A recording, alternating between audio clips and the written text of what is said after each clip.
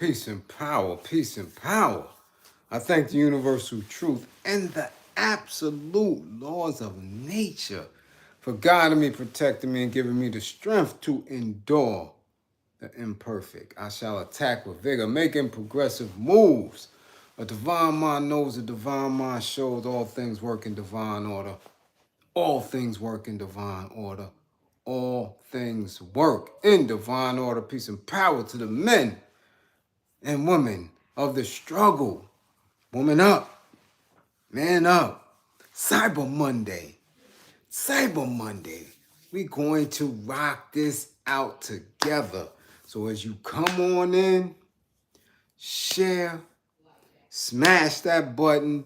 You let everybody know that the tribe is in effect, that we are here, that we are encouraged, and that we're about to build. And when divine minds build, we cause explosions. Let's get it right. Let's get it right. Let's get it right.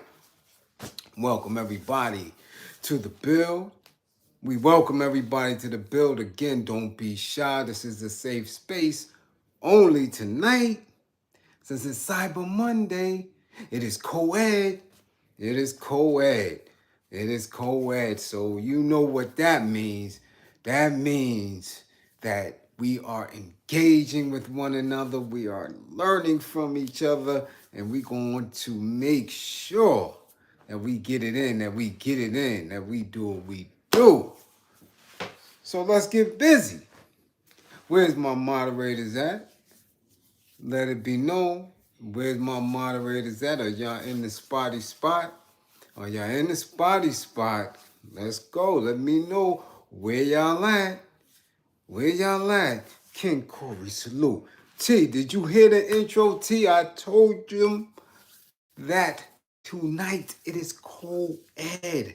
It is woman up. It is man up.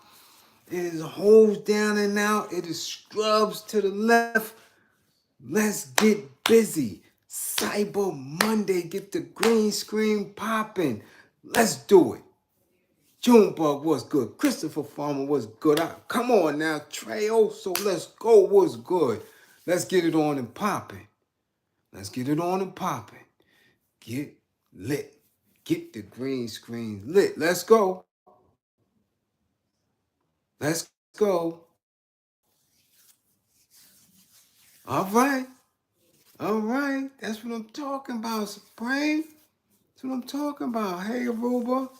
You in the spotty spot? Hey, Carol, you in the spotty spot? Let's go. It's Cyber Monday. Green screen popping. Questions. Let's go. Day one, let's go. Somebody set it off. Somebody set it off. It's a safe space. Let's go. Let's go. One thing I would, and I'm going to set it off with this. Safety. Safety and mental health. This is what I want y'all to know. We had a very, very, very disheartening tragedy in the city at the end of this weekend. Young mother, very young, I might add, 22 years old, two children. And she had a mental health crisis and murdered the two children. Infants, mind you. All right, 11 months and a 2-month old. I mean, excuse me, 2-year, almost 3-year old and 11-month. Nervous breakdown, or what they, are labeling as mental health crisis, and sad, very sad, very disturbing for people, our people that young, right? To be going through that. She was in the system, in the shelter system and all that. And from what they're reporting and what they know, her parents were involved with her to some degree. The father was interviewed on the news and said he had just spoken with his daughter uh, the day before. Nothing was alarming to him. The child's father was actually downstairs sleeping in their vehicle. So she had some type of family support, not knowing. again, how effective the support is, or how healthy and functional the family is, but they were around and in constant contact, and she showed no signs of it. So, again, should you need any type of help, whether it is salute EC, whether it is mental health, whether it's anger management, whether it's DV, life coaching, please reach out for an assessment, you know, and get it. You know, what our people feel or realize is that some of the most wealthiest people on the planet have mental health care practitioners at the ready. Some of them even travel with them. You understand? So again, uh, always, man, I'm here. Other people are here. Their phone numbers around. Never sit in a space where you feel that you have no one to speak with. Social media is making that reality null and void. You can speak to anybody at almost any given time. So reach out. Mental health, right? Spiritual health, physical health is of the utmost importance. You dig? So let's get it popping. As you can see from the title, this is co-ed. Mask and gloves is in the building, and the mask and gloves are off. Let's go. CC, hey, it happens. You know what happens. You know what it is when others start to recognize how beautiful our tribe is. They're going to make sure people are not involved. Roach, what up? It's mad, it's low, it's women up, it's men up. It's co-ed. Get the green screens popping, get the questions out. Let's get it. Let's get it. Let's get it. Set it off. Set it off. I already seen EC dropped a little something, so what's your question? Where you at? Let's go. And we could cover everything and anything while I'm here. Because it's Cyber Monday. Y'all play games if you want to. I'll be gone. Hey, Daryl. Javon. Salute. Peace and power. What's your question? Because you hit me all the time. This is one of the most consistent and committed donators, comrades, representatives of the tribe. Give me a question while you on here, because I don't know how long you're going to be on. You come in and out. So, Comrade Javon, set it off with a question, man.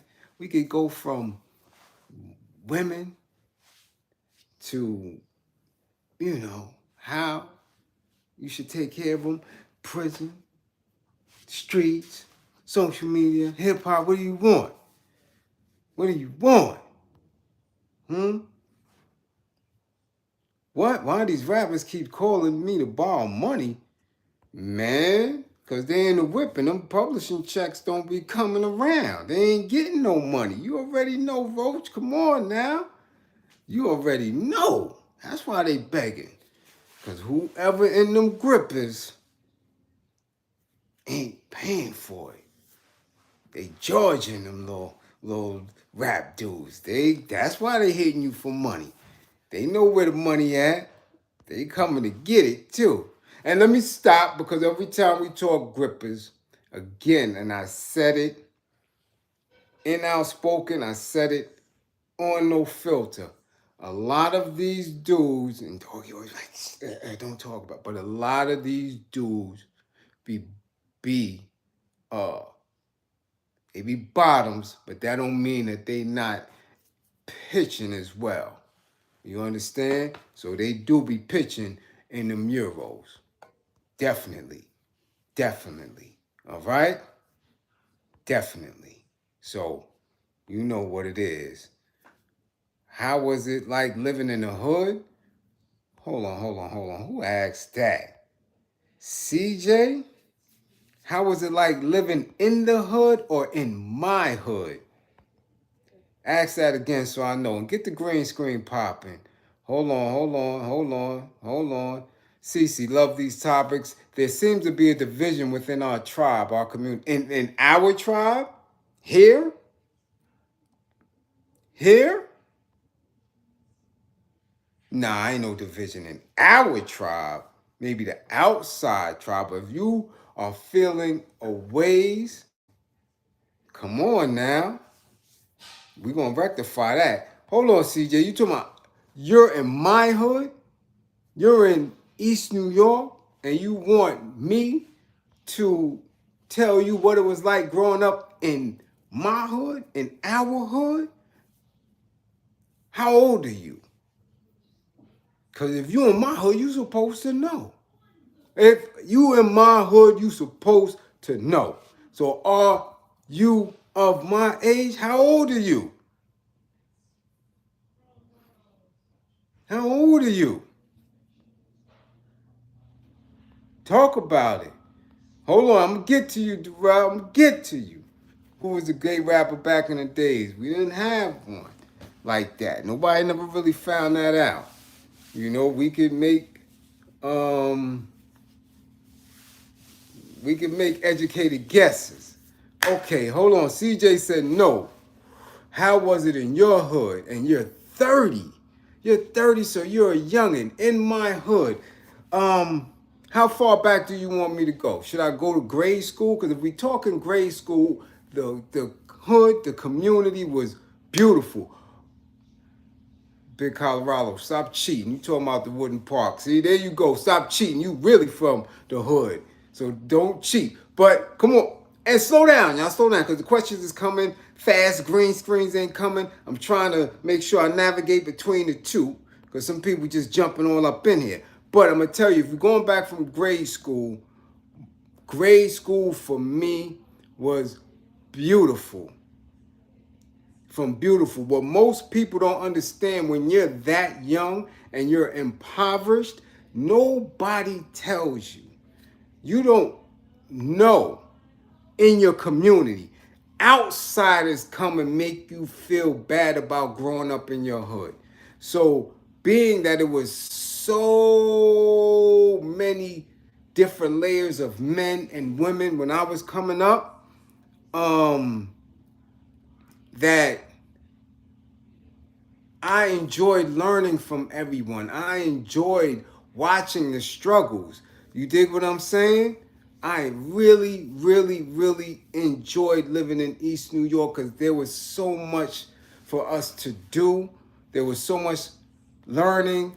Hip hop was just coming. So if you're talking 78, 79, 80, 81, we was having street jams in all of the parks. All our community centers was up and running. Everything was very, very pleasant. I'm telling you, until that crack era hit. Crack era destroyed our community. I was just telling my daughter that everybody door was open, and that's in the projects. In the projects where they was saying that we were uneducated, that we were wild, that we were uncouth. You understand what I'm saying? That we were, such disgusting people to be around. But everybody's door was open in the P's, and nobody was running in and out of people's crib to do any harm and to do any stealing. It was not going down like that. So if we were having our discrepancies, everything was out and about in the street, in the schoolyards. You understand? In the playgrounds and things like that. When you had, bullies, like I said, East New York was different. Friday had one Debo. You understand? We had 2 or 3 Debos per building. That's just what it was growing up. And you didn't cry. You came out and you handled it if you could. If you couldn't, you stayed your ass in the house. So growing up, our days was much longer. We could play 3 or 4 games of basketball, a game of baseball, play handball with the girls. You understand? Run across the East, getting into trouble and fights across the boulevard or in other projects, and then, cut it back. And still have time to get upstairs, get in the tub, eat dinner, and if it's summertime, run back outside. And it was just a different energy and a different era.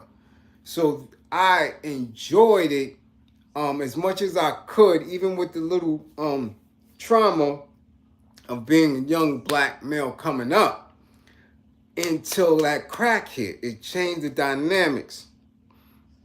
People who you viewed as your heroes was getting cracked out. Mothers were getting smoked out. Fathers was disappearing. The shit got crazy. Police brutality stepped up, and it just became a space where nobody cared about anybody anymore. So that's when the shift happened. But at the same time, we was articulating ourselves through hip hop, and it gave it a little balance.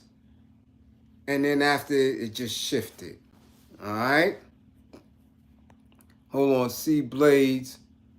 That's my girl. Bliz, how can younger generations be encouraged about building together? There's a lot of nastiness online and off, back and forth between men and women. The only way we could do that is to lead by example. That's how we can encourage them. We can show them that us as adults handle each other with care. If they watch us do that more and more, then they will be encouraged to do it among themselves. But if they continuously are being fed everything through reality television, right, and the back and forth banter that we see on things like Black Twitter and Facebook, right, and Instagram, they're not going to learn. And they continuously in the mass media market show us going at each other's throats. You see no black love. It's limited in the reality shows. It's limited in news segments, and it's limited in scripts when you're writing about fantasy and things like that. So we have to change that dynamic up. You dig? Change it. Change that dynamic up. You dig? Salute, Frank Wizard. Salute, salute. Warwick and Sutter in the house. All right. All right, I see you. Sutter, what's that? SG Sutter Gardens. You better watch it. Stan, crack brought that BS to the hood in my era. We were moving forward until crack. Exactly, we was. We was doing some beautiful things. We were doing beautiful things. And I'd like to thank everyone who's joining and participating in this dialogue, in this Cyber Monday build. It's Cyber Monday. Get it right. Cyber Monday, get the green screen popping. I better not see you, goddammit, online talking about you need another couch and you just got one 4 months ago. Damn it. Because you see it on sale. Nah, we're not doing that. We're not doing that. You understand what I'm saying? You know? Uh-oh. Big Swarm Dig. Salute, salute. What's good? What's good? What's good? Salute, salute. Big Mar, what up? Hold on, because I missed a question. If I miss a question, moderators, hit it back for me. Hit it back for me. Let me know. Let me know. Who? Tierra T. Green? What was your mother like? My mother? I have yet to meet anyone like my mother. I have yet to meet anyone. Ken, what's up? Thank you. Salute for the green screen. My mother was a true Gemini. She believed in family first and friends. A lot of friends. Most of those friends, since I was one of the only men amongst my mother's group of friends, they all had daughters. They all raised me. I consider all of them aunts, but my mother was revolutionary, smart, resilient, and very, very bougie. She was into high fashion. but she also was very sensitive, right? At times.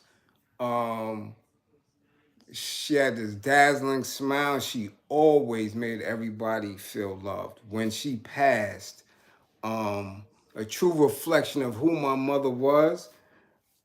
Remember, I did a decade. So when I came back, she fell ill within the first year I was home. So that time was moving very quickly. And I really didn't know. Um, I know who she was coming up. I didn't know that in my absence that, she would continue to be the person in the community that people would rely on. She was a nurse, and she encouraged a lot of the young girls who weren't in school and things of that nature to get back into school, get their GEDs or whatever they had to get and start nursing classes. And a couple of, real dear friends of mine went into nursing following her. Now they're nurse practitioners and such. But when she passed and we had the funeral, um, when I tell you everybody was there, you know, it had to be close to 400, 500 people there. And, I was, of course, a little late getting there. And when I got there was family in the front row, but on the side of the front row was pimps and hoes. And I'm looking like, really? Like, what are y'all doing in here? You understand what I'm saying? Come to find out that when the track really started exploding in the community, she would sneak plates of food to the girls. And when the weather was bad, she would allow them to kind of hide in our lobby and stuff when these dudes was out there, because it wasn't always sneaker pimps out there. They had some, in that space between like 9, 6, 9, 7, 9, 8, 9, 9. That became a very strong track, which was weird for Brooklyn. It's just weird. Like, even today when I see it, it's weird. And she would feed them, clothe them, do different things. And some of them who had learned some of the elements of the game were young dudes from out the way. So she had watched them grow up as well. So everybody was in there. They was in the front row. We had all the people from the different number holes. Um, of course, her friends from nursing, her friends from back in the days, family, uh, bus driver, like everybody in the hood came through, and that made it something that was bearable for me in that space, because that last 6 months where I was in the hospital all day, every day, back and forth, it was rough. So that, just seeing that and watching that, and them people, uh, coming to pay respects and to send her off, put it in a different space. So that's just who she was. I mean, and that's going between East New York and Canarsie.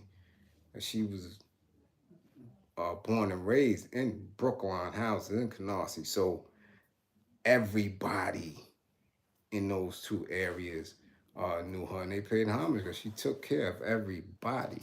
So it was very, very different. Um, Funny lady, loved to laugh, and that was my buddy. There's nowhere that I go today that I haven't been with her, without her, anywhere. Blocks that I walk, blocks that I drive on, places where we shop, everywhere. I can't even go on King's Plaza without recalling certain times when I was with her. So that's just who she was. Mom's was that lady. She was that lady. And no nonsense, too. You don't mess with Cilla Rock. Cilla Rock will punch you right in your goddamn eye. I seen Mom's fisticuffs, too, and all her classiness is something different, you know? It's very, very different. Let's go. Let's get it. Let's get it. Who else? What else? I know I missed a few questions. You dig? Let's talk about it. Let's talk about it. Where I'm at. If I missed you and you dropped something in the green screen, put it back. You know? Put it back. But you learn a lot. You learn a lot from your parents, right? Good, bad, or indifferent. And those are the elements, that you have to, rely on. Rely on lessons to this day. To this day, strict lessons. Strict lessons. And all right? This might be a dumb question, but what's your thoughts on black capitalism? No, it's never dumb. No questions are never dumb. And, all that shit, 19 Keys, and them be talking about black capitalism is a contradiction.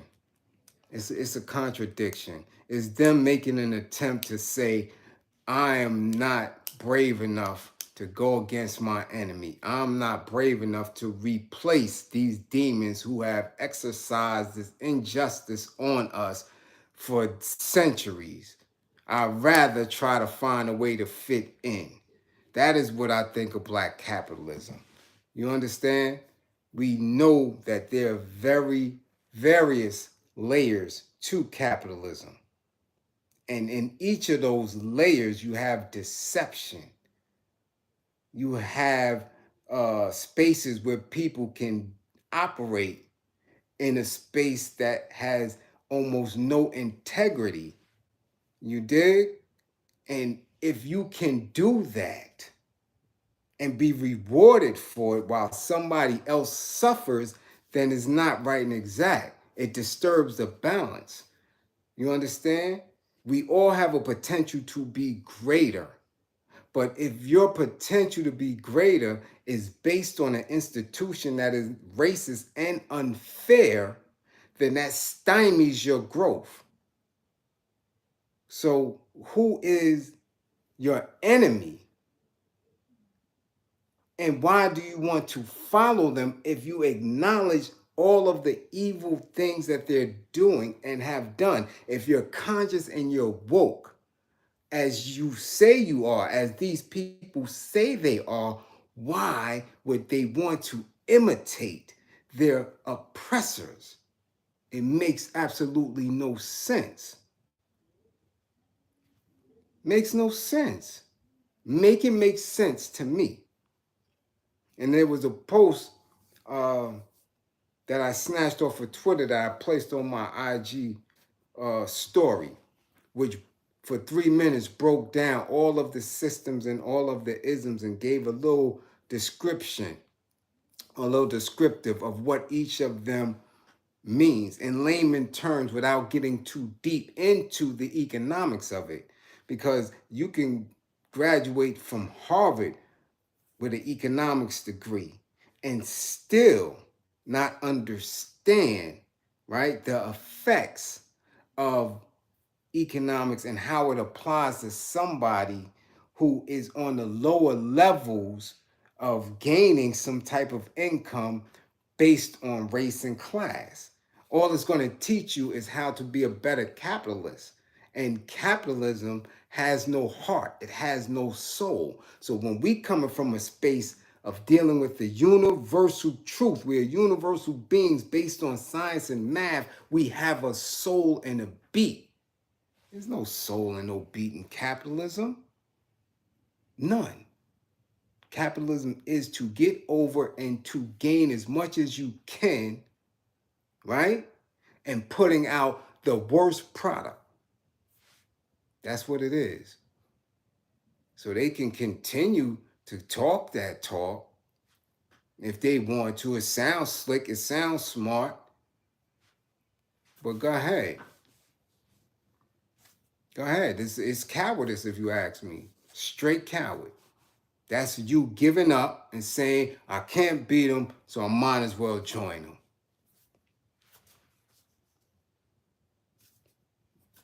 So, it's never a silly question. Always ask for clarity. Always ask for clarity. That's why I stand on it. That's why I stand on it. We will create another system if we choose to once we get rid of our oppressors. And it won't be defined. We will define it while we're going through it. All right? How do I help convince my son to get out of a toxic relationship?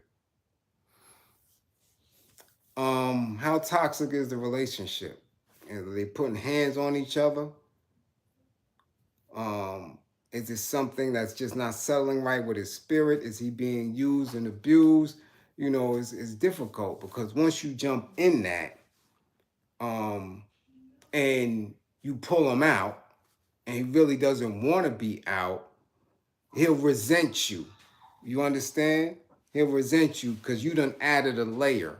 So what you can do is show him, right, what it means to be in an abusive relationship, because men get abused too. Men go through domestic violence as well. And even if it's not fisticuffs, you can show him the different layers of what it is in the dynamics of the power and control that is evident in any domestic violence relationship. There are 12 key elements in that. It is power and control. These things take place way before the physical parts. It is mental and it is emotional.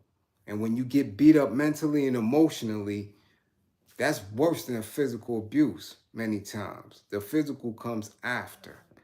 So again, you would have to know to what extent, to what degree he's caught up in it, and make an attempt to figure out why there's something there. You know what I'm saying? That he's running back to. That has to do with viewing yourself differently. He has to view himself differently. He has to see himself worthy of different treatment. And you got, again, it depends on how old he is, right? Like I said at the beginning of the bill, this young mother, at 22 years of age, she just offed her children. So how much trauma could she have gone through in 22 years? Abe, salute. Much appreciated. How much trauma could to get to that point to where you murder your infant and toddler? We have to, really, really be engaged with these individuals, because as her family is saying, nobody saw any signs of it being that bad for her. You understand? But we don't know what traumatizes people. He's 32 in a toxic relationship. I would have to talk to him. That's the only way, because at 32, shit, the world is his oyster. You know how many decent, loving 32-year-old women are around? And older? Come on, man. Come on. I wish I would. I wish I would. And I don't go that young, right? I don't, 38 and under for me, yeah. younger than 38, the only thing you could do is get my stuff from the cleaners. You know, I'm gonna be honest with you. You have to be a dynamic something. You know, 40 plus, we off and running. But these young men, they don't have a clue of what it looks like to be in a beautiful working relationship. So they get caught up in the peer pressure and what they believe, supposed to happens. Our people, at 50 and 60 don't know how to relate. So, when we talking these 30-year-olds, it gets confusing. I always tell mine, you 18, you can't claim nobody until you can take care of yourself. And nobody can claim you. So ain't no boyfriend, girlfriend, none of that shit. I don't care what you got going on. Because y'all don't know how to take care of yourselves. Y'all don't know what y'all want at that young of an age. You don't know. And if you haven't saw it, if there was no example of it, if you didn't pay attention to the examples, what are you doing? What are you doing? 30, 31, 32, these little dudes still don't know how to wash their ass yet. Not saying that that's the case with him, but I'm telling you, they don't know how to wash their nuts good. So why do you feel that you're in a position to take care of a woman? And who said that is your role? What are we doing? What are we doing? I'm telling you, I know 50-year-old men that don't know how to take care of women. Told y'all the other day, I got 50-year-old men that don't even know how to wash their hands. Don't know the first thing about taking care of a woman. Don't know how to wash her, don't know how to clean for her, don't know how to listen to her. So these young ones don't know shit. But they believe that that's their role. There's somewhere the communication got twisted. And they, again, took their purpose away. It's a deflection. I'm not going to take care of myself, so I'm going to take care of somebody else in order to feel good. And you pick some toxic rugrat who had a very tormented life. Salute, Tammy. I'm 58. Thank you for your love and strength to your people. Much appreciated. Yeah, they don't even know how to talk. Taking care of women is not easy. That's what's the matter with the women today. They think that men just know this shit. They think men know how to do it. Why? Why? Somebody lied to y'all. And when y'all was talking about how I grew up, yes, when I grew up, men taught you how to deal with the world, how to navigate the world based on their experience. So like I said, my father was a hard worker, wasn't in the street, was into Islam and all that, politics and, doing voter registration drives and all that, this, that, and the third. And he taught me that, how to be clean, hygienically, disciplined, this, that. But he never had no conversation about women. Ever. Ever. And none of the other men. Ever. All they said, don't get nobody pregnant. And didn't tell us how not to. So we didn't have these conversations. And I can imagine what's going on with the men now. Some of the men now are right? Having these dialogues and being very explicit with the parts that don't mean shit, right? So we got generations removed. I learned from women. I had to learn from women. My experience taking care of them, listening and being taught. And if that isn't taught to other men, what's going to happen? What's going to happen? You dig? Nobody's teaching anybody. And before you know it, you're inheriting ideas and placing yourself in roles that don't match. It just doesn't. It don't. So that's how you get caught up in these toxic relationships, because you don't know what the hell's going on. It's a lot of deflecting and no accountability, no self-accountability. It get crazy. You know, women and washing up. You know, what T said, being independent, how do I let men in? Let men in where? Jerron Jackson, what up? Let men in where? When you come on in, hit the green screen. This is men up and women up. Hit the green screen. Let men in where, T? Talk to me. Where you want them to let them in at? What do you want? In your head, in your heart, in your grippers, in your house? Where you want it at?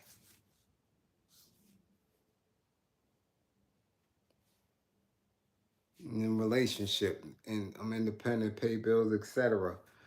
Again, once you're on your path, right? You're on your path. You're finding your purpose. Eventually, somebody's going to, smash right into you, and you'll meet on the intellectual plane. You'll meet on the spiritual plane. You understand? You will meet, and at that time, knowing that you have taken care of yourself and you are ready to share, and they are ready to share as well, then you can build and see if your purposes are in cohesion with one another, where you can support one another. All right? And you will know that. But it's never a situation where it's I'm independent and I can take care of this individual. No, no, no, no, no, no, no. Everything is 1,000, 1,000. Ain't no 50-50 shit. It's 1,000, 1,000. And you're growing together. All right?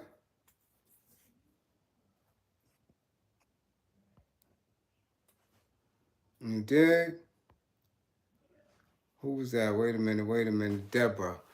What do you think about passport brothers going to other countries to seek relationships? To each his own.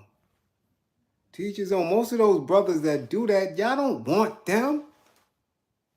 These are not the dudes that you want anyway. So why are you concerned with them? Why are you concerned with them? Why? If you see a man and he's in another country and he's in a relationship with a Euro, and he can identify with a Euro and she can identify with him, he can't identify with you. He can't take your scent. He can't take your energy. He can't take the different ways that you communicate. He can't take none of that shit. That's why he's running. The men that love you, that know how to love you, that appreciate you, they ain't going nowhere. They just not. They ain't going nowhere. Those that can identify with Becky, you don't want them, man. You can't even imagine being behind a closed door with them. You couldn't imagine that shit. Cause that shit is in here. That shit is in their chest. Then it twinkle out their gripper. You're like, damn, who raised you? Y'all couldn't fuck with them dudes. Y'all couldn't deal with them dudes. Ain't no way in hell. No way in hell. You dig? So don't worry about them passport brothers. I've been over there. I know what that shit is about. They gotta find out. They gotta find out. And, not to be, dismissive of the individual's family or whatever. They end up like homie did, messing with that what they call an internet influencer chick. They gonna end up on somebody's plate. Gonna end up in the morgue messing with them. Nah, y'all don't want them. Shit. As a man, what would you say is the first part of taking care of or relating to a woman? Listening to her. Listening to her. That's the most. You can't understand anyone if you don't listen to them, if you don't hear their story. You sit silent. You listen, you learn her, you watch her. You listen, you learn, you watch her. That's it. And in learning a woman and listening to and watching her, you find out everything about her.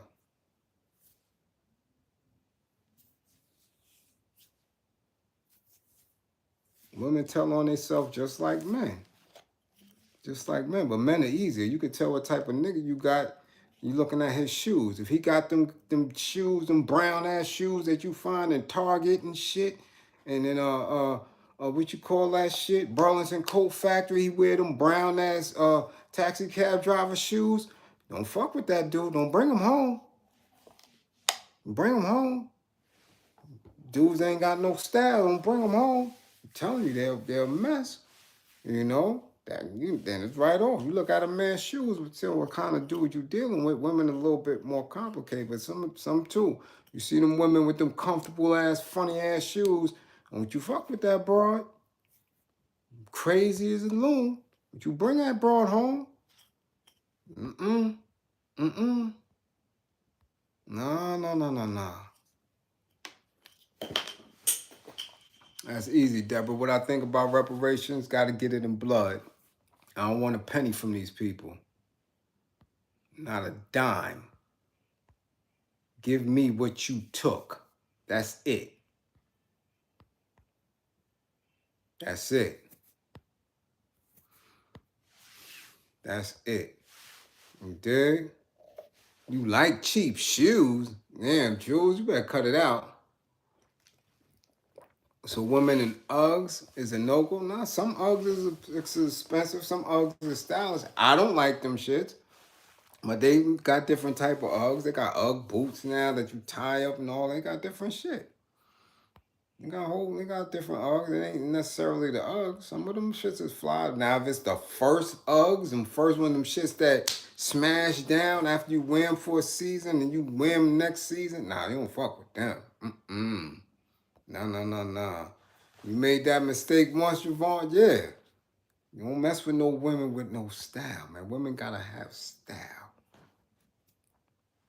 Gotta have style. And it don't take a lot of bread. It don't. It don't. When I was coming, up, they had Daffy's, they had Filing Basement, they had shit that had, all the name brands, maybe a season behind, but the prices was much cheaper. But it was the same quality, the same name brand shit. Just gotta shop around. I told you, I don't pay more than $50 for a pair of sneakers. And they be all top notch, but I'm not gonna be the first one to get them when they first come out. Them shits is $300. Get the fuck out of here. Nah. Next year, them shits will be $50 somewhere. Let me get that. You dig? And she could be a booster too. Or she ain't gotta be a booster. She could just buy from the boosters. You dig? Is it easier for women to shop? Not no more, Bernadette. Not no more. They have made women clothes so ugly and so uniform. They took the style out of it. That's why it appears that celebrities have more style than everybody else. See, back in the days, you had various designers doing a whole lot of fly shit. Now, when you go in the store, everything looks uniform. Everything is for corporate. They got you all because, again, they're trying to put a different idea into your head. They want you to conform and be as conservative as they can. They know that clothes is identity. So if you are able to mix and match and find fly shit and do your thing, you good. Look at Michael Kors. Look at that shit. That shit is garbage now. That shit was very high end. Styles different, all that. Now it's what? Same color, same uniform. They did what I call niggerize it. Put his name all on the shit. High fashion, you don't know who it is. They ain't got their name all over it. You understand? But we knew Versace because we knew the fabrics and the material, right? We knew the patterns and stuff. It wasn't all on that shit. Once they started doing all that, that's when it got trash. You know, but it's different ways to, dress. Like when you go to Manhattan, you still see these little spots here and there, where you can find some stylish shit that you're not gonna see anybody else in. You know? Tammy, 20 years? Peace, sweetheart. What up, Detroit? 20 years. Yeah, I went in, listen, I had to find something for my daughter. We went to 3 different malls. All of the stores, probably about 20-something stores, they all had the same style of shit. It was the worst. I was like, nah, we gotta go to Manhattan. We gotta go to the, different spots. We gotta move around. And you're gonna have to spend more, or like I said, catch it when they really on sale. I'm serious. Cause you think you going up in any of these malls, I don't even know if it's an outlet. Same bullshit. You're like, damn, she got that shit. They got that shit. They got that shit. Because now, again, they are catering to a new demographic of people, a new market who believe anything is fly, right? Because again, with immigration and all that, people are not concerned about how they look. They don't see clothes, right, as a way to, give yourself, your personal style, art. They don't see it. Man. They put the shit on and they gone. And they treating the women. They've been doing it with men for a long time. Right? Remember the flyest dudes in the hood was the rainbow dudes. Cause they was going to, the village and this and that and, Upper West Side, Fifth and Saks and all this other weird shit. And they come through the hood and you see them. And then they started breaking it down and shit got real basic for men. And then they started shrinking the size. You put on a 2X and the shit mad tight. Man, what the fuck? It's a 2X and it's mad tight. Yeah, they started slimming shit down because they want dudes to see your grippers. They want everybody to fit that kind of profile. Now they doing it to the women. You go there and all the pants, all the slacks is the same. You can't find a fly blouse, a regular button-up blouse for a woman. Fly shit. Can't find it. You go to Nordstrom Rack now, everything the same. It depends on where you go, though. You dig? So yeah, it's crazy. It's crazy. But don't mess with no broad that got no bullshit shoes. I'm telling you. Don't you mess with no woman with no bullshit shoes. I'm telling you. I'm telling you. She got on them shits Miss Garrett used to have on the Facts of Life. Them brown earth shoes and shit. I'm telling you. Don't you mess with no woman with no earth shoes on. I'm telling you. Nah. Don't do that. Don't do that. She got issues. I'm telling you. Telling you.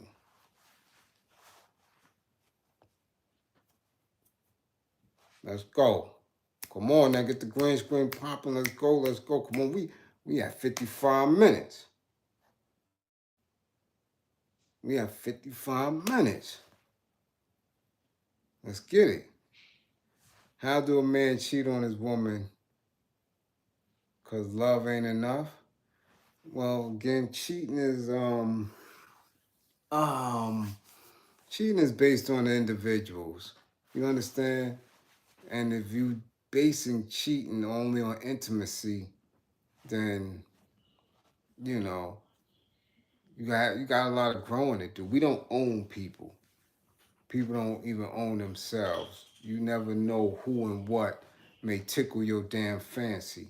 And for a man or woman to believe that they will never be attracted to another individual in their whole damn life, shit is crazy to me. It's an asinine belief. Some can do it and applaud them for it, but again, I believe it was a forced uh, lifestyle because it's not absolute fact, and it's proven because you have consistently had uh, infidelities and all this consistent.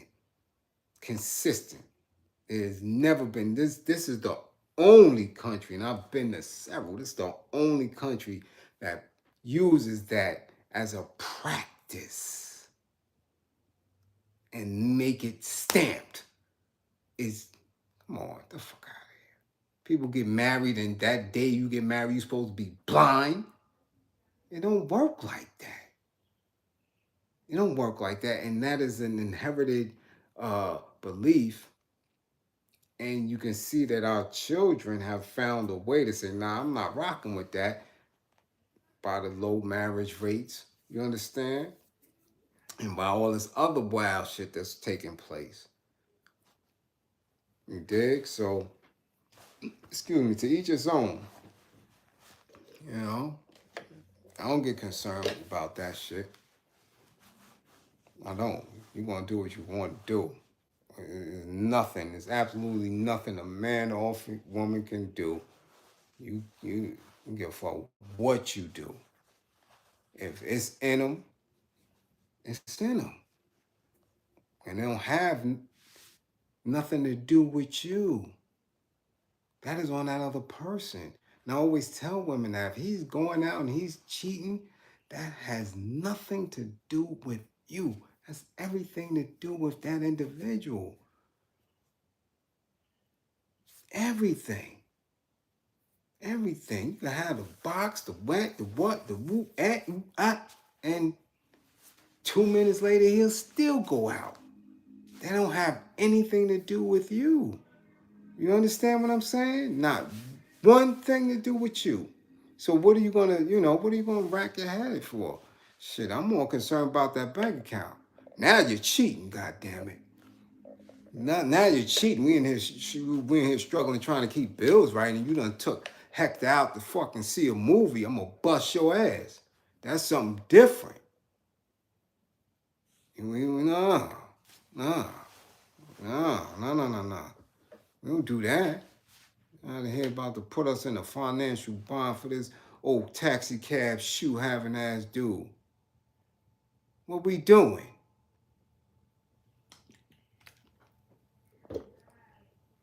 You dig? Nah. We can't own people. People cannot own people. You dig? Can't do it. If people could own people, don't get mad at master. All right? Latanya Owens. Salute for the green screen. You dig? Come on, let's get it. Yeah, I always tell women, men, why do you think they could call them dogs? I'm telling you, men are hump a couch. The fuck, they in jail plunging themselves with Fifi bags and all type of wild shit. They hitting dolls. Men gonna do that. That's just what they do. The fuck, you can't stop that. I don't care if you got the best and you bring another woman in and y'all both got the best. If it's in them to be a goddamn little onion balls having ass dude and he running out and sticking it in there, you can't prevent that. Can't do it. Alright? He has to have it up here. Commitment starts up here. You dig? This is where commitment is at. Kelton, how do men and women get on the same page financially? Good question. That comes from their upbringing. All right? That comes from their upbringing. That comes from their upbringing. And sometimes it's just not going to happen. To be honest with you. They got different thoughts on money. All right? You dig? Tyler, they got toys too. That's not fair. Yeah, they got toys too, but that's something new because of the shortage of men, and not in numbers, but in appeal. You understand? The needs of our women has shifted, and a lot of men don't know how to play their position in that. So of course, a woman ain't gonna sit there marinating. You know what I'm saying? 3, 4 years, 5 years, 6 years. She got a toy. Shit, get the toy. Damn it. Get the toy to the goddamn battery blow out. Ain't nothing wrong with that. What the hell she supposed? Yeah, they got their damn toys, but the time they didn't have no toys. You mad because you got a toy? Shit, fire that shit up.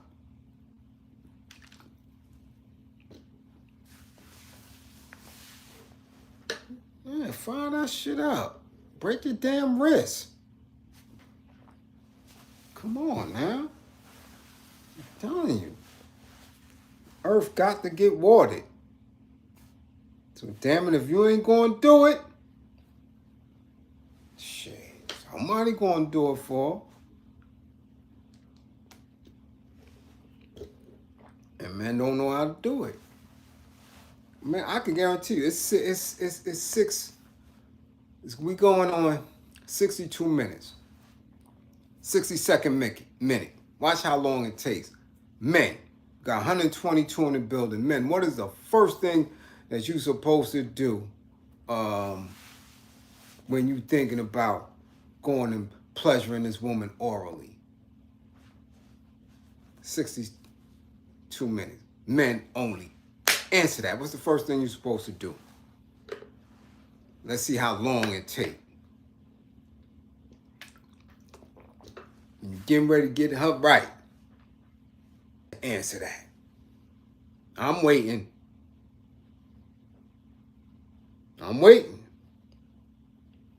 What's the first thing y'all supposed to do, man? Let's go. Since y'all know how to take care of a woman. My woman. I got a wife. Man, I got bread. I got this money. Man, that's my woman. I got woman. I'm a ladies' man. What's the first thing you're supposed to do?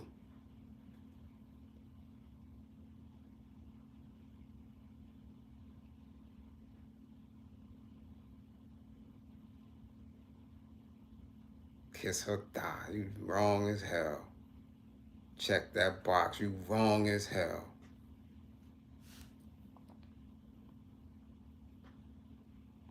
Spitting in COVID? This is what we doing now? We still spitting in COVID? Hell no. Listen to her, JD. Wrong. 3 fingers. There you go. Wrong.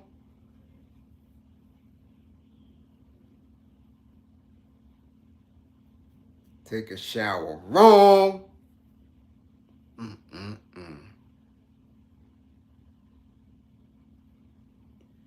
Got to get the first one off. Oh my goodness. Cool, cut it out, cool. And you bathe her, STD, all that. No, cool was right. Because most men don't even know that. Brush your damn teeth. Brush your tongue, rinse out your damn mouth. Nah, I don't even want no women to tell them. I ain't want no women to tell them. Cool, blow it up.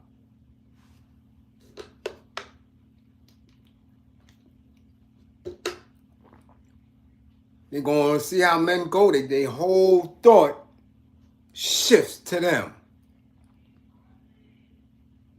It ain't obvious, God. 781 is not. It's not. Dudes got Henny all in their mouth. They got blunt wrappers all on their tongue. They got all type of bullshit in their mouth. And they don't brush their teeth. They be out in the club all night or doing, you Wanda Donna took her home. And she like, well, you know, when you gonna do something freaky to me? And his dumb ass run right down there. Oh, cool. Okay, cool. Pardon me. Pardon me, cool. Okay. Pardon me. Pardon me. Oh, why? I thought you was the other cool. Pardon me. I thought you was one of the queen comrades. Pardon me. Females need to brush their teeth too. There you go, Frank White. Yeah, they do, but you're not in danger the way they are. Right? Right, exactly. Dirty hands, dirty fingernails, all that. All that. Brush your teeth. Rinse your mouth, your tongue, everything.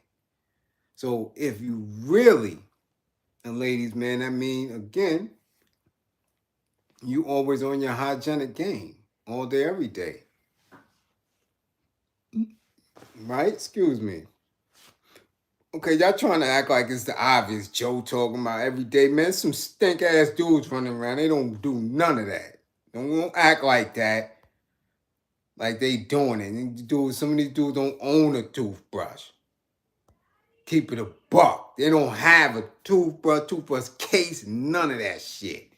Spend their money on blunt bills and with the Black and Miles and all that other shit. They ain't got a toothbrush, no favorite toothpaste, nothing. Nothing. Don't use peppermint soap on their body, none of that shit. So we're not going to sit here and act like everybody is hygienic. Nah. Shit, R. Kelly was making millions. And they told him he used to stay in the studio 2 goddamn weeks. Straight. Alright? Don't act like it. Don't do it. Giving these niggas the benefit of the doubt. I used to be on the visit looking at dudes' wives like, you married to this dude? You know we just had to beat his ass up and tell him to get in the shower because he ain't showered in a month?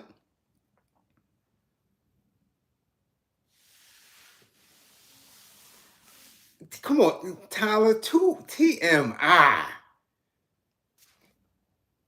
Your grip is tingling.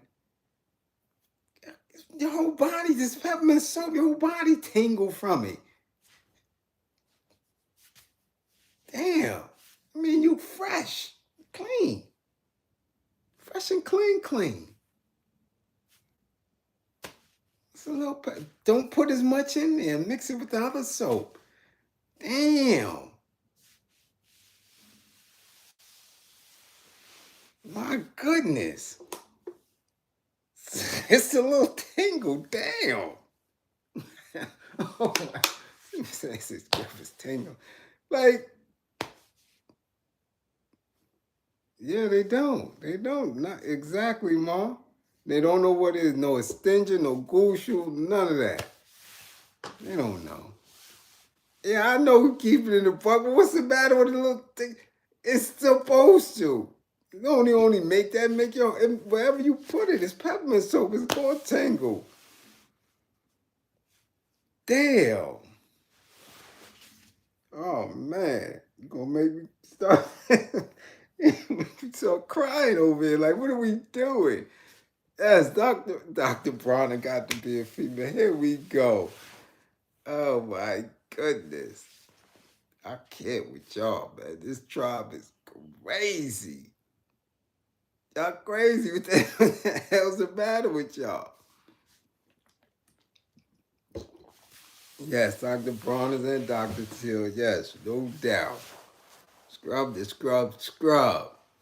Oh, my goodness. Got me crying about this Tyler here, man.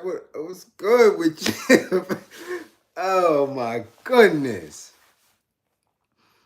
Ay. All right, come on, man. Come on, 'cause it's 69 minutes, man. 69 minutes. I only watched uh two episodes of Empress. I can't even, I can't even give you an assessment to you. I can't. I don't like that Victorian era. I just don't. It gotta, it's alright. I need steam on it though. You dig? You know? Oh my goodness. Mm-mm.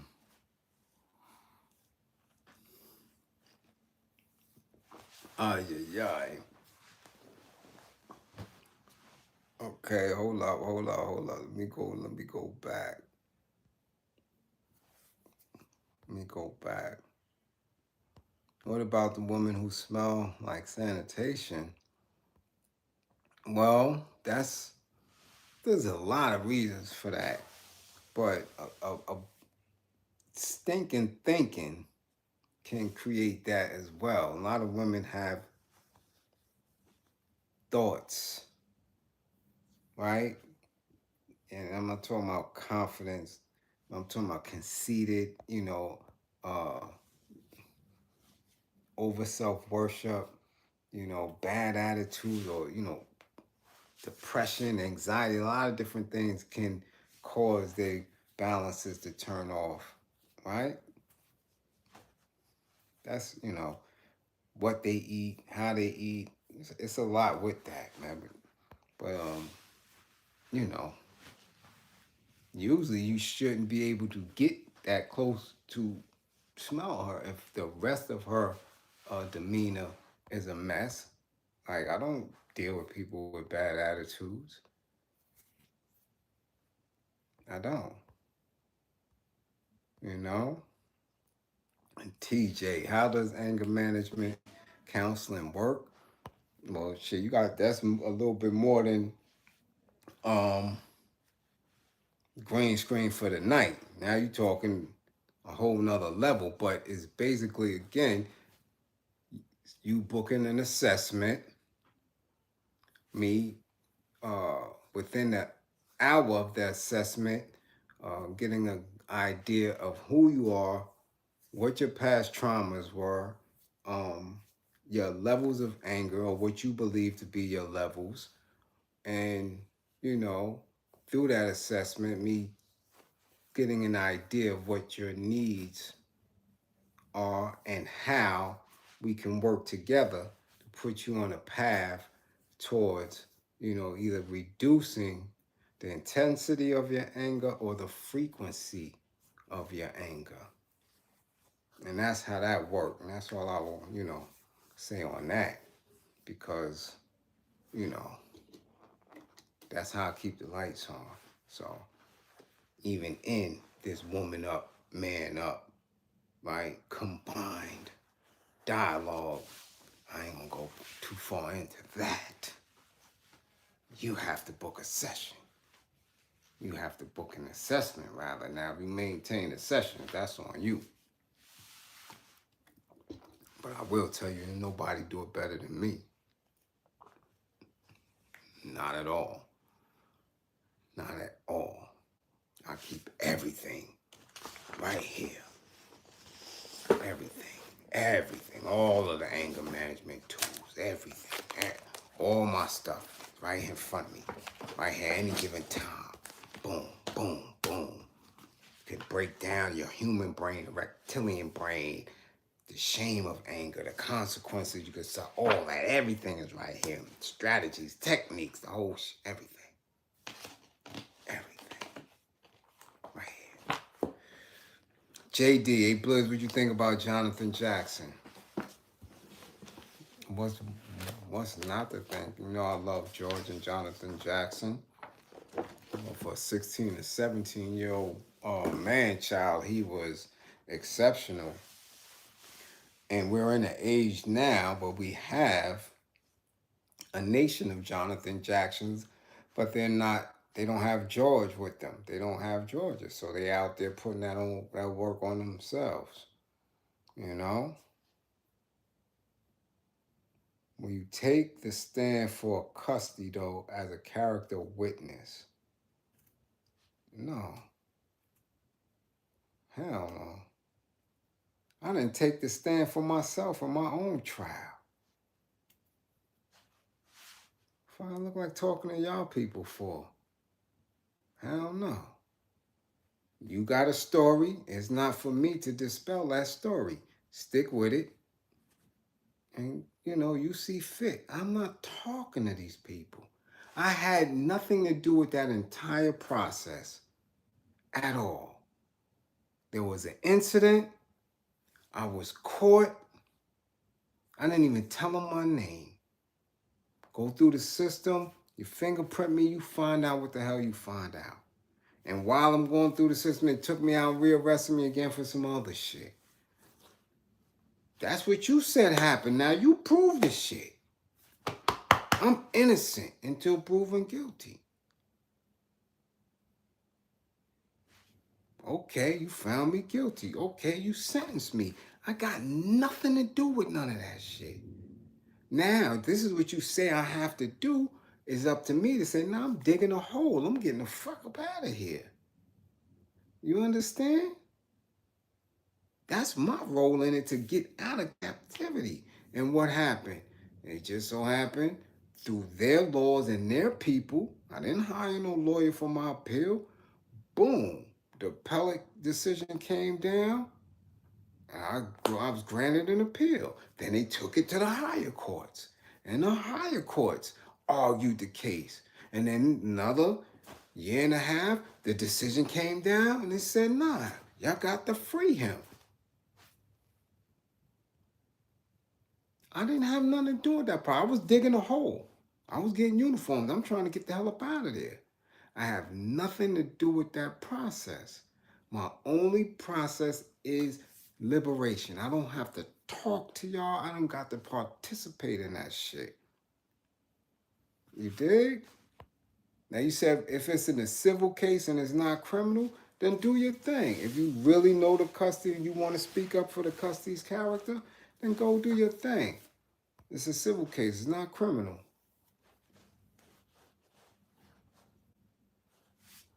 You dig? But I ain't participating in that shit. Bliz, do you think George Jackson's love for Angela Davis made him vulnerable? It definitely did. Not only did it make him vulnerable, it put him on their radar. No one outside of the prison systems knew George. There's a lot of comrades, a lot of elder comrades that spoke to me that believed that Angela was an agent that opened up the door and did the finger pointing. I mean, that's just what they told me. That's just what was told to me. That she pointed them in his direction.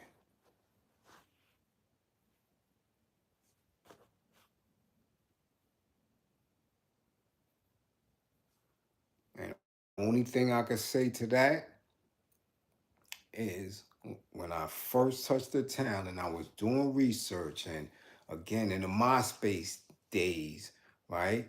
Elaine Brown was on MySpace. She was on Black Planet. I reached out, tried to get conversation with them, but again, these older people,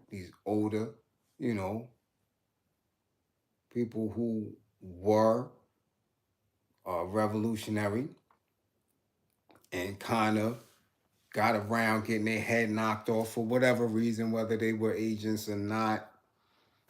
They were not, and they still to this day are not, very engaging, in meeting new people. But, early on, I used to do a lot of surfing on the internet, and there was a video that I found of Angela Davis,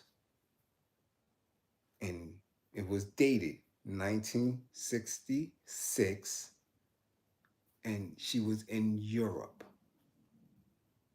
Now, in 1966, why would a black woman in Europe be being filmed, especially her? So that means you had different people who were protecting you, or who you were down with, or who you were influenced by, or who you were learning from. I mean, there's very limited footage of Elijah Muhammad. There's very limited footage of a lot of people and scholars at that time. Why were you on this particular film before the Panthers even established themselves? So you were somebody. Who or what? I don't know, but I never found that video again. Never found that video again. So I'm like, shit. They didn't even have a video of Che too much back then. Why you? So it leads to the fact that at this time where the most radical of us were being picked off and knocked off. I mean, if they thought that you were being effective in reaching our people, they knocked you up out of here. If you wasn't on your grind. She's still here. She's still here. And in her language here, her language is very, very different when you listen to the undertones of it. So she could have opened up George. Yeah. Could have opened it up. My thoughts on James Carr. You haven't heard too much info about him. Listen, George believed in him. That's it. Again, it gets funny, man. It gets real funny when you behind them bars and and somebody touches the town. Shit gets skewed. Back then, we just didn't have what we have now. That's why I'm very, very, very on top of people who just pop up from out of nowhere. They couldn't scrutinize people back then. People just appeared and I'm down, right? It's like how Fred Hampton got knocked off.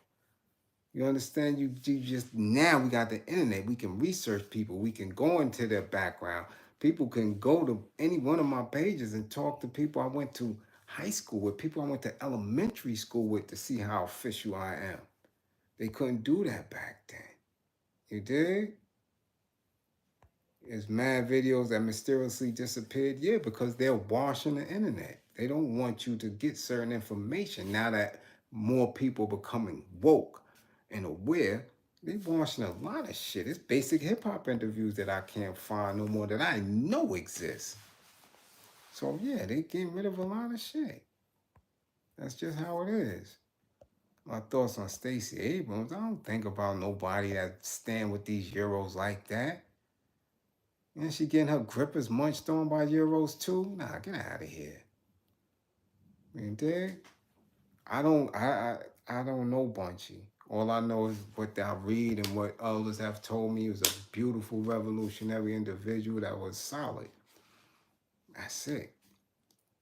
And the more I research and the more I learn about these individuals, yeah. You dig?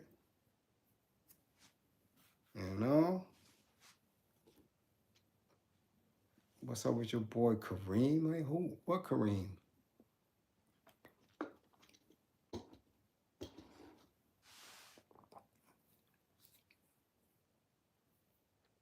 Yeah, I read Revolutionary Suicide probably 30 times.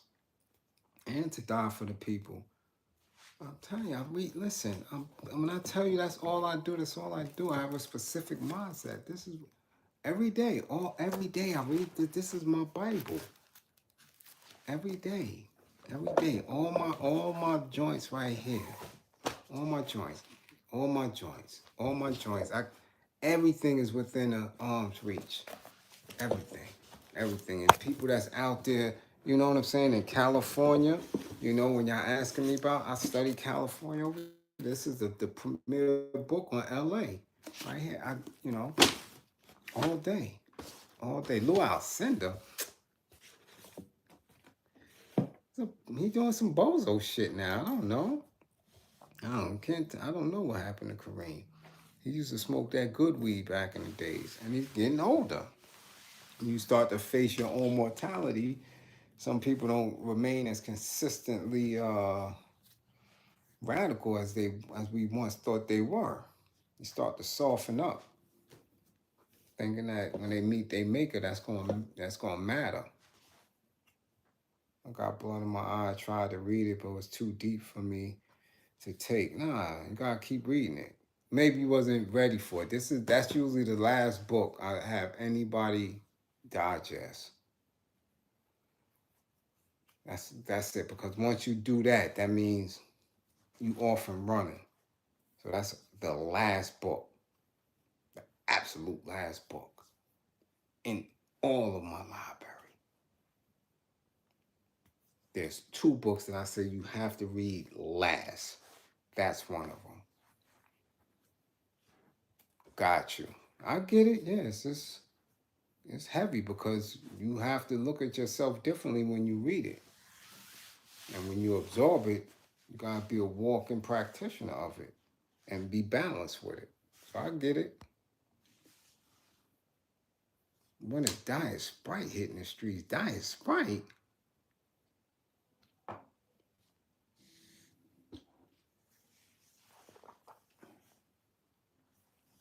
What is deep about it? Because after you finish it, you have to act.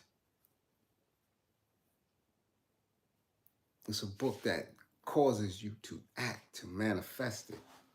And it's deep because that's it. Your glasses is on once you finish that. There ain't no taking them off. You dig? Look, man, come on. We on 87 minutes. And I saw the notification the Comrade is on, so you know I don't be on when the Comrade is on. You dig? So, again, I appreciate everybody coming through. But if I have no more, all right,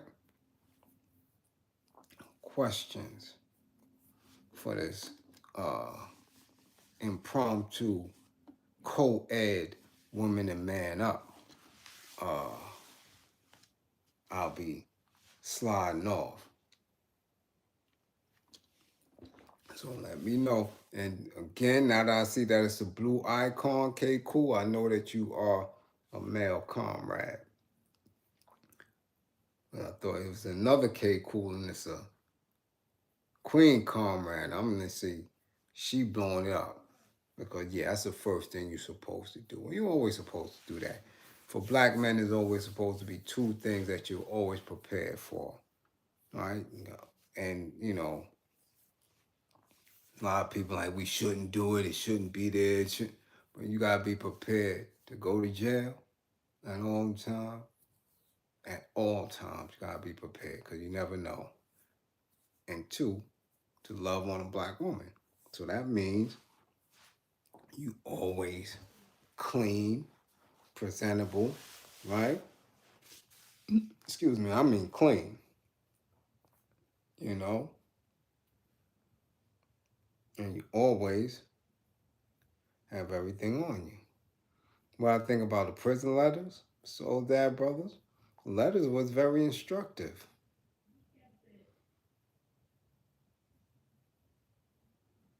Very, very, very, very, very, very, and the prison letters are deep. That's what, prompted me to start writing. Don't got time for jail, what's your other option? You listen, I don't care what you got time for. You have to always be prepared for that. Always. No, don't talk about women and blood in my eye. It talks about everyone, not women. Not specific like that. It's specific to all of us. You know? You could talk that, but at any given time, you could be pulled over for anything. That's just what it is. Now, either you're going to allow the process to take place and live another day, or you're going to hold court. The choice is yours. So in that, always be prepared. Always have an attorney on retainer should you need it. Always have some bread in your pocket. You dig what I'm saying? That's it.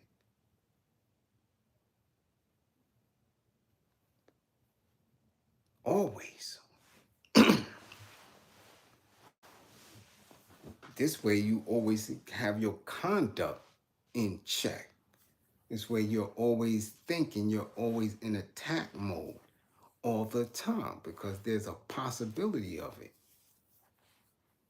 That's why we're always getting our head knocked off, because people think that is sweet. Ain't nothing sweet about living in oppression. Nothing. Nothing. There's nothing sweet about this shit. That's why our babies are dying in the street, because they're never prepared for it. Never. And when people run up on them, they don't know how to respond.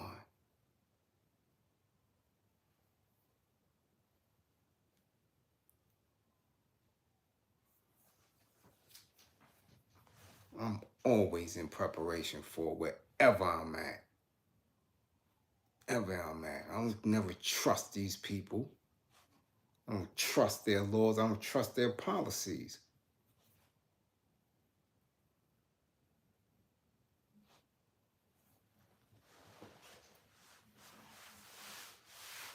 You dig? So let me go and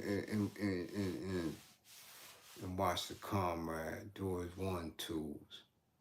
And all y'all too. It's 94 y'all in there, in here with me. I appreciate it. I love you for it. Remember, don't believe in me. Believe in my belief in you. But the same 95 people cut over now to the comrade shit. We can ready to make his numbers jump right on up. All of us going in there. And once you in there, everybody comment. Say, yo, we all just came from women up. We all just came from man up. Now we coming to see what the comrade is talking about. And it's Cyber Monday. We gonna make all these green screens pop. You dig? Salute, JD, salute.